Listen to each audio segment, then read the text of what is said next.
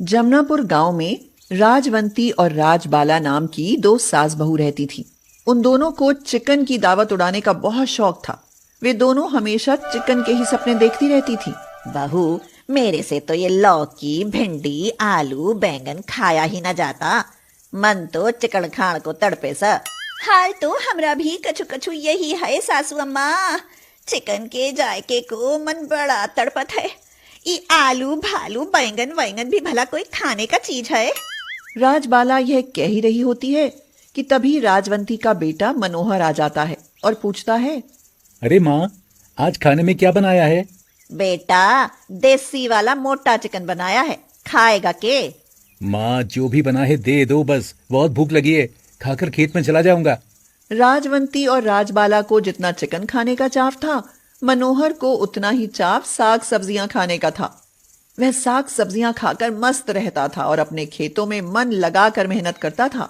अरे वाह, आलू बैगन और भिंडी की सब्जी खाकर मजा आ गया। अब खेत में चलता हूँ। हाँ, लगत है ये हमरा खसमवा पिछला जन्म में जरूर भैंसा रहा होएगा, तभी तो घास पात खाए के मस्त रहता है। हाँ, पर हम सास बहू तो शेरनी है, शेरनी। हमें तो रोज चिकन खाने में मजा आवे सा। हाय, हम मर जाएं सासू माँ, आपने तो हमरा मुंह का बात ही छीन लिया। एक दिन मनोहर दोपहर तक खेत जोतकर बाजार जाता है और वहां से कुछ सब्जियां लेकर आता है और घर आकर कहता है, सुनो राजबाला, मैं बाजार से ये कुछ साग सब्जियां लेकर आया हूँ। कौन साग सब्जियां लाए हो पति परमेश्वर जी, जरा बताए तो दो। लौकी, करेला, पालक, बैगन, गोभी लाया हूँ। यह सुनते ही राजबाला चौंक सी जाती है और अपनी सास राजवंती को पुकारने लगती है, सासू जी, उई सासू बाजी, जरा इधर तो पधारिए। के हुआ बहू, आसमान से बिजली टूट पड़ी के? ऐसे क्यों चीख रहीस? सासू माँ, ई मनोहर साग सब्जियां लेकर आए हैं ना। क्या चिकन नहीं लाया के?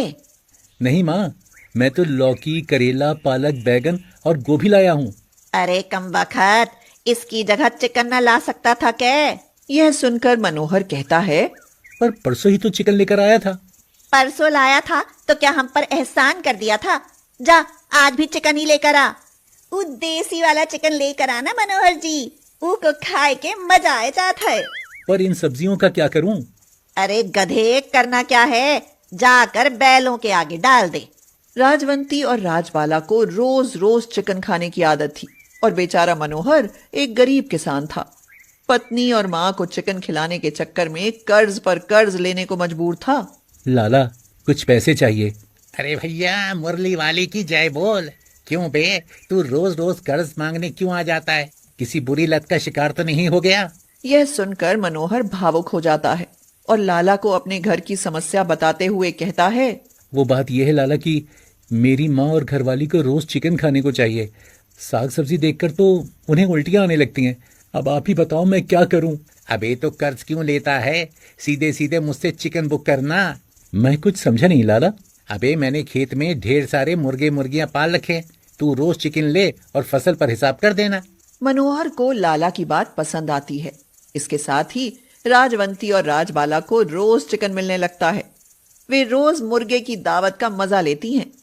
मगर कुछ दिन बाद जब फसल उठती है तो बेचारा मनोहर सिर पकड़कर बैठ जाता है और कहता है, लाला, क्या मेरी सारी फसल चिकन के बदले चली जाएगी? और नहीं तो क्या। अबे जानता भी है, तेरी माँ और पत्नी मेरे पूरे 400 मुर्गे हजम कर चुकी हैं मसाला डाल के। यह सुनकर मनोहर चुप हो जाता है और उसकी सारी फसल लाला उठा ले जाता है। फिर मनोहर जब खाली हाथ घर आता है तो राजवंती कहती है, बेटा, घर में अनाज नहीं लाया के? खेत का सब अनाज मंडी में बेच आए हैं सासू माँ। क्यों मनोहर जी, क्या हम झूठ बोला? हाँ, झूठ बोला। इस बार का अनाज तुम दोनों की चिकन पार्टी की भेंट चढ़ गया। लाला उठा ले गया सारा अनाज। और खाओ मोटा देसी वाला मुर्गा। ये तो बहुत बुरा हुआ रे। अब साल भर हम क्या खाएंगे बेटा? चिकन खाना, देसी मोटा मोटा मुर्गा खाना, अनाज खाकर करोगी ही क्या? यह सुनकर राजबाला चुप नहीं रह पाती।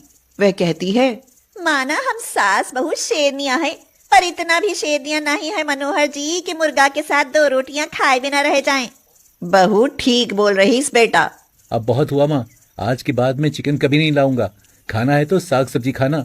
यह कहकर मनोहर चला जाता है और फिर एक किसान से उधार लेकर घर में अनाज तो रख देता है, मगर घर में मुर्गा कभी नहीं लाता।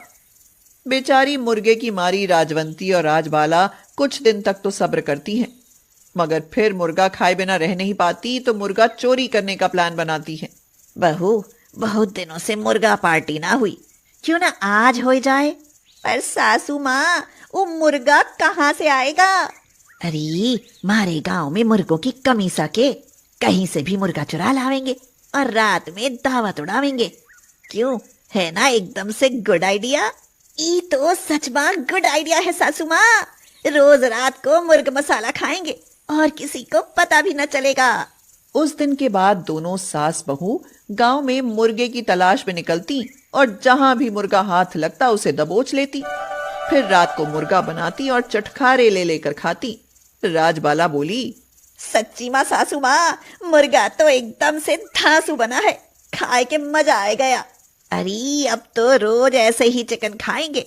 चोरी का मुर्गा खाने का तो आनंद ही कुछ और है।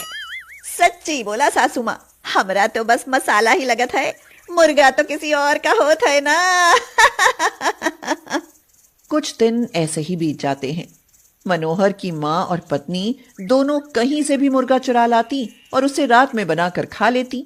पर कहते हैं ना कि 100 दिन चोर के और 1 दिन शाह का। एक दिन दोनों सास बहू लाला के खेत से मुर्गे चुराने का प्लान बनाती हैं। चिकन खाऊं तो निहाल हो जाऊं। बहू, सुना है लाला के फार्म बड़े बड़े मुर्गे हैं, खूब मांस चढ़ा है उन पर। तो फिर आज रात 2-4 मुर्गा चुराए लात है ना सासू माँ। तो ठीक है, चल अब थोड़ी नींद ले लेवे, रात को तो जागना ही है ना। चलो तो फिर सोए जात हैं। गुड वाला नान सासू माँ। यह कहकर वे दोनों सो जाती हैं और फिर जैसे ही रात होती है मुर्गे चुराने के लिए लाला के फार्म पर जा पहुंचती हैं। राजबाला आश्चर्य से कहती है, उई माँ, यहाँ तो एक सा एक पहलवान मुर्गा है सासू माँ। अरे तुझे क्या मुर्गों की पहलवानी देखनी है? जल्दी से कांख में मुर्गे दबा और भाग ले, मौके का फायदा उठा, फायदा। सास के यह कहते ही दोनों मुर्गे उठाकर कांख में दबा लेती हैं। पर जैसे ही वहां से भागती हैं, मुर्गे शोर मचाना शुरू कर देते हैं और मुर्गों का शोर सुन फार्म के कुत्ते उनके पीछे पड़ जाते हैं। इस भाग दौड़ में मुर्गे तो उनसे बच जाते हैं, मगर वे कुत्तों से नहीं बच पाती। कुत्ते उन्हें काट खाते हैं। बेचारी दर्द से चीखते चिल्लाते किसी तरह घर पहुंचती हैं। घर आकर राजबाला अपनी सास से कहती है, ई कान पकड़ा सासू माँ, आज के बाद हम चिकन खाना ही छोड़ दिया समझो। मुर्गा चुराने में बहुत रिस्क है। बात तो तेरी सही बहू, पता नहीं अब कुत्तों के काटने के कितने इंजेक्शन लगवाने पड़ेंगे। भगवान का शुक्र बच तो गई हम। इस हादसे के बाद सास बहू सचमुच मुर्गा खाना छोड़ देती हैं।